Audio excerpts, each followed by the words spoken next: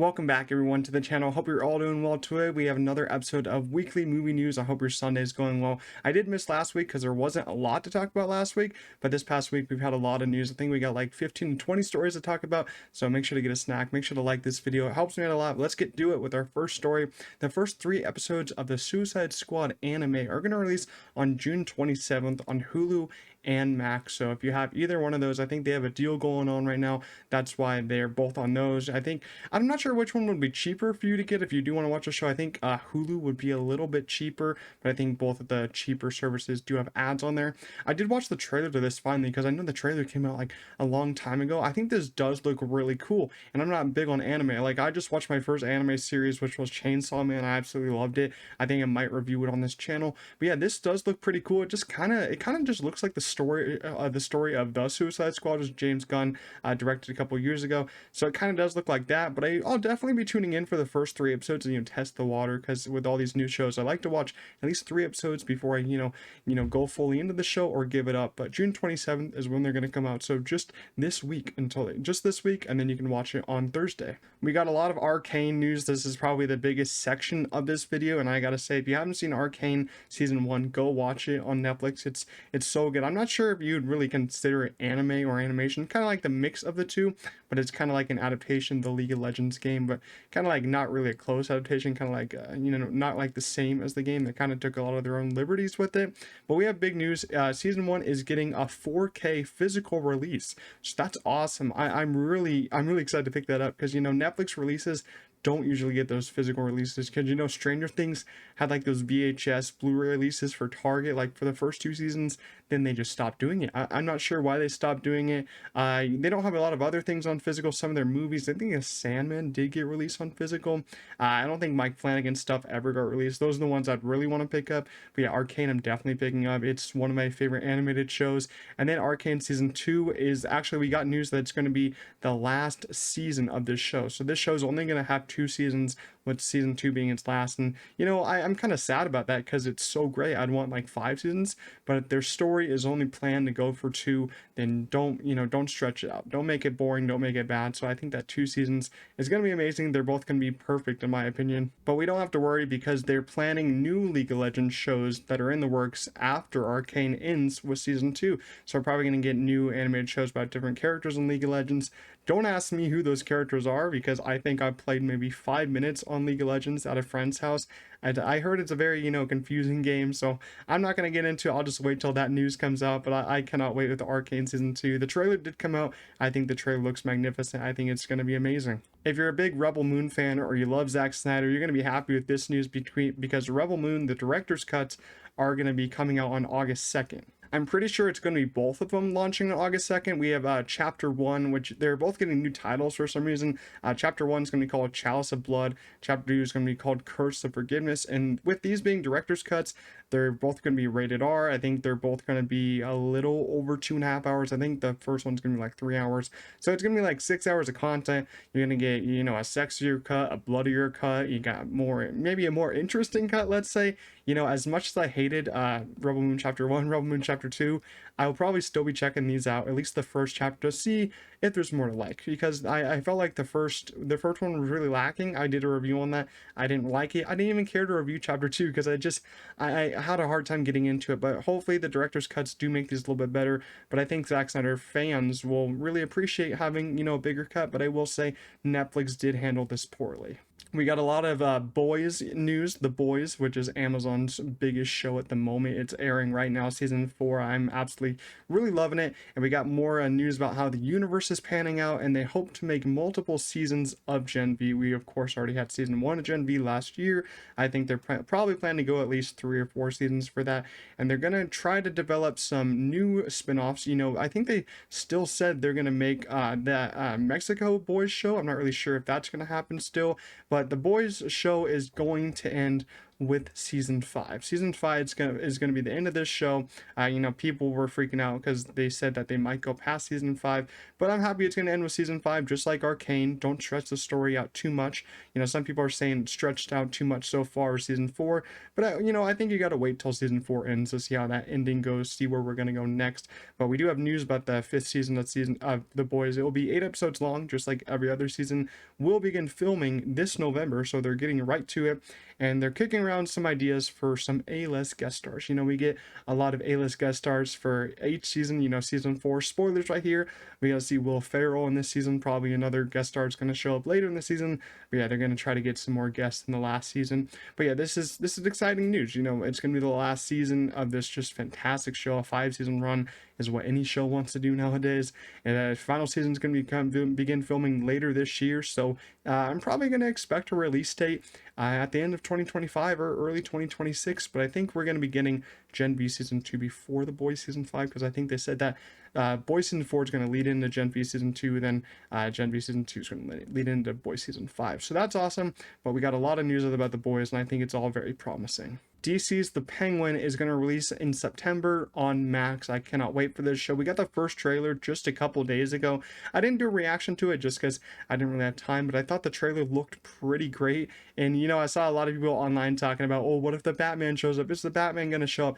And I got to say, maybe the Batman will show up by the end of it and just wreck all these people, start beating up the Penguin once again. But I don't know. It depends how much Robert Pattinson likes this character, because is he doing the character for the paycheck, or is he doing it because he loves the character? If he loves the character, he will show up for a little bit of a guest star, or if he wants a lot of money, maybe he won't.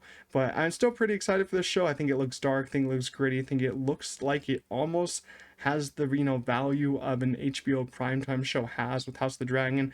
But I'm still not really like 100% sold. I think I'm like 80% sold now. I think it looks pretty good though, so we'll just have to wait to see how it is in September. We got some interesting news from Henry Selick. He said he's going to direct a stop-motion adaptation of The Ocean at the End of the Lake, at the End of the Lane, and he describes it as almost a sequel and companion piece for Coraline. If you haven't seen Coraline, go watch it. It is such an amazing movie. Henry Selick, I thought he did a great job with that movie. And The Ocean at the End of the Lane, I've never really heard of this book, but I think it's from Neil Gaiman, so I think a lot of people really love it, and it's like a companion piece of Coraline. I think it's going to be, just as good as Coraline. So yeah, I don't know a lot of details about this, but if you love that book, then I think you're probably going to love this adaptation. House of the Dragon has officially been renewed for season 3. I mean, this doesn't come as a big news since we already probably all guessed it would get renewed for season 3. But yeah, it's already off to an amazing start. I'm recording this as I already watched season 1, the first episode of season 1. It's a perfect first episode, perfect entry into that second season. I think they said that they have plans to make this a 4-season show. Not sure if that's going to still happen, but they're not going to announce both season 4 and season 3 at the same time. Probably gonna have to wait a couple of years to see if we're gonna get that 4th season, but season 3 very promising. Hopefully they get to start filming that soon. I'm probably guessing they want to begin filming that either late this year or early next year, so we don't really have to wait 2 years for another season, because viewership did fall for House of the Dragon season 2 just by a little bit, because these long waits for these TV shows are just killing them. I know production is very hard for these shows because House of the Dragon especially, they do make a lot of real sets, but at the same time it's just too long to wait for some of these people. But I'm still very excited for season 3. Let's talk about some box office tracking for Deadpool and Wolverine. I probably do plan on making a video for this at early July to talk about this even more in depth. And it's tracking to earn 200 million to 239 million opening weekend domestically. That would be the biggest opening for an R-rated movie and one of the biggest box office openings ever. I think that would put it in the top 6, top 7 biggest openings, because the last opening that we had that was this big or even bigger than this was Spider-Man No Way Home, I think, with like 260 something, 250 something. So I think that this is, very on target for what it could make. I mean, look at Inside Out 2. It opened super high. I think that this number might be a little low though. I think it might open 250 million, but as I said, once we get closer, we will know a little bit more tracking for this movie. I will say though, I think my tracking personally would be 250 million opening weekend so far domestically, and I think it will end about at 1.5 billion. People do say it's rated R, but don't underestimate. A lot of kids are probably showing up with their parents for this one. I'm very excited to talk about how we're going to get a Blue Beetle animated series. This series will serve as sort of a continuation of the movie that we got last year, which I really enjoyed. I really enjoyed that movie. I thought Zolo did a great job, of course, known for Cobra Kai. I thought he was amazing as Blue Beetle, though. Such great charisma, such great, action in that movie. It wasn't, firing on all cylinders. It's not like a great movie. I thought it was just really good. Yeah, I thought it was very enjoyable, kind of a fun popcorn movie esque. And it kind of does. It's kind of weird how this is going to be kind of a in the new DC and kind of on the old DC.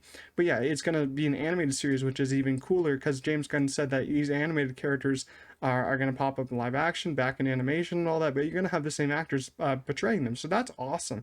I'm excited to see what more they can do with Blue Beetle in an animated sense. Because in the Teen Titans, in the Titans show and in the Titans movies, seeing Blue Beetle go to work with that action style is awesome. So I'm excited to see him right here. Francis Ford Coppola's Megalopolis has officially got a distributor for the US, and that is Lionsgate. Lionsgate does plan to release this on September 27th. I'm not sure if that's a limited release date or a wide release date. I'm going to guess it's wide because Lionsgate doesn't really do limited. So look at this for your theater in September 27th. And Lionsgate even said they're not paying for any of the marketings for this movie. I think they're going to make Francis Ford Coppola put like $20 million into marketing. So that's kind of crazy. It just shows how Lionsgate doesn't really have any faith into this movie. I'm not sure how much they bought it for. I'm not sure that news was disclosed, but still, man, it's still kind of sad because this movie does look pretty awesome, pretty great, but it's pretty divisive from Cannes.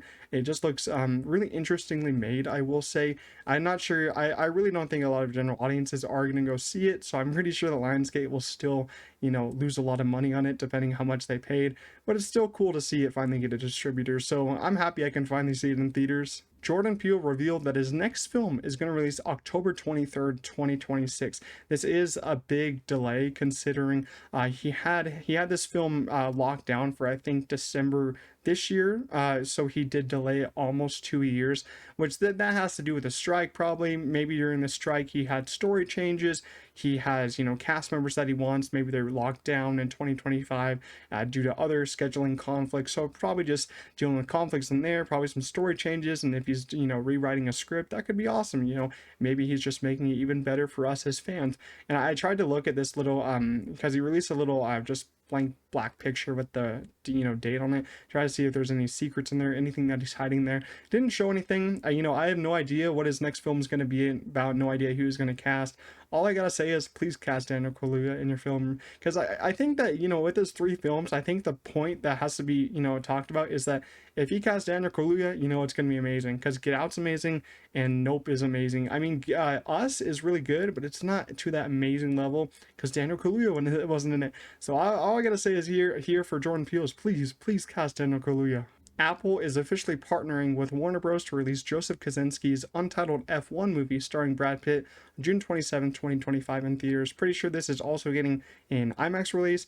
People have been fussing like $300 million budget. I think they said that it's not actually $300 million, so I don't think we have to worry about that.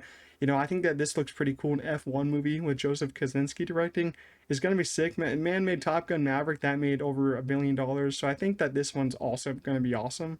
Mike Flanagan's Exorcist movie is officially going to release on March 13th, 2026 in theaters. So you got 2.5 years until this comes out. Not really any more details than we already know. Mike Flanagan's directing it. Hopefully it's going to be better than the last 2, but we have officially a new release date. An Inside Out spin-off series will release in spring 2025 on Disney+.